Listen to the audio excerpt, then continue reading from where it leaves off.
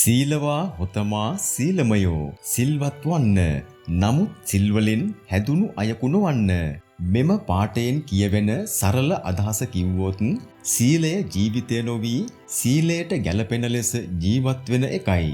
ඒ කියන්නේ අනවබෝධයෙන් සිල්පද කියන වචන ටිකක එල්ලිලා ඉන්න එකයි.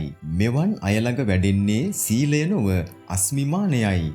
මොකද ඔවුන් නිතරම උත්සාහ දරන්නේ තමා සිල්වතෙක් බවත් අන්‍යයන් ළඟ නොමැති ගුණයක් තමා ළඟ ඇතැයි පෙන්වමින් සමාජ සම්මතයට අනුව සීලවන්තයා කියන ප්‍රතිරූපයක් ගොඩනගා ගන්නයි. ඇත්තටම මෙතන ධර්මයේ නාමයෙන් ක්‍රියාත්මක වන්නේ අධර්මයයි.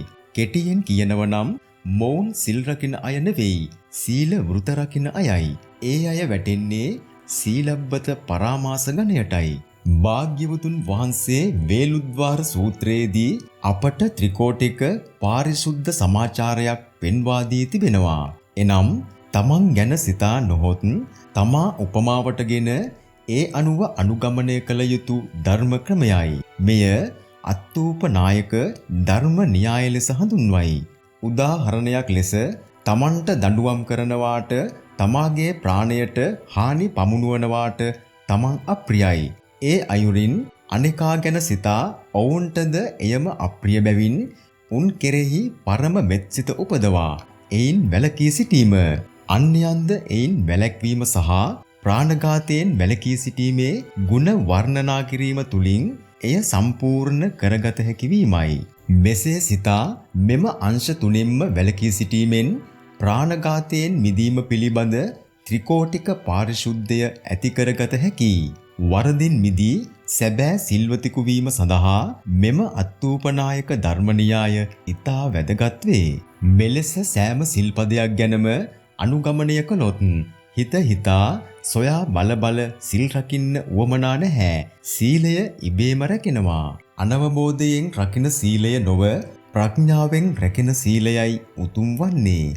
ඒ නිසයි භාග්‍යවතුන් වහන්සේ දේශනා කර තියෙන්නේ මහණෙනි, සීලය නිසා ප්‍රඥාව මෝරනවා.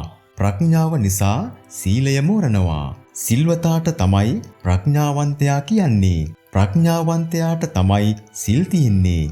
මහණෙනි, සීලයෙන් තොරව ප්‍රඥාවක් ගැන කතා කරන්න බෑ. ප්‍රඥාවෙන් තොරව සීලයක් ගැනද කතා කරන්න බෑ. එතකොට මෙයින් වැටහෙනවා නේද? මේ සීලයයි ප්‍රඥාවයි අතර තියෙන්නේ අඤ්ඤමඤ්ඤ වශයෙන් ගැඹුරු සම්බන්ධතාවයක් බව.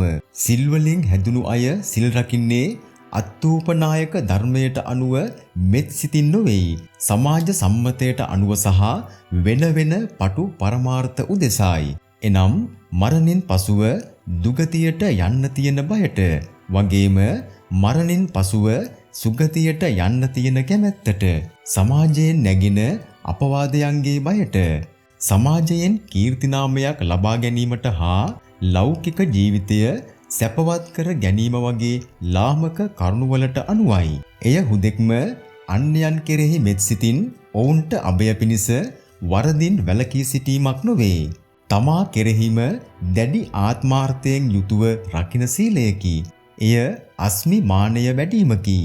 මෙවන් අය සමහර විටක යම් යම් අකුසල ක්‍රියාවන්ට දැඩි කැමැත්තක් තිබියදී නමුත් ඉහත කී කරුණු නිසා ඔහු එයින් වැළකී සිටිනවා වන්නට විය හැකියි.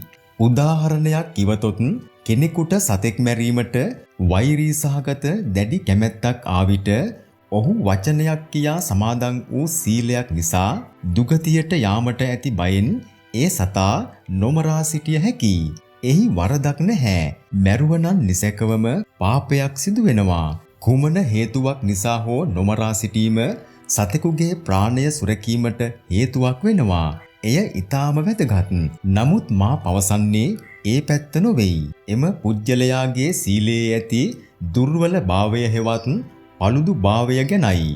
මොකද භාග්‍යවතුන් වහන්සේ දේශනා කර තිබෙන්නේ ප්‍රඥාව නිසා සීලයත්, සීලය නිසා ප්‍රඥාවත් රැගෙන බවයි. ඉහත උදාහරණයෙන් පෙන් වූ සිදුවීම ප්‍රඥා ගෝචර සිදුවීමක් නොවේ. එය හුදෙක්ම වචනයක් රකින්න කර අඥාන ක්‍රියාවකි.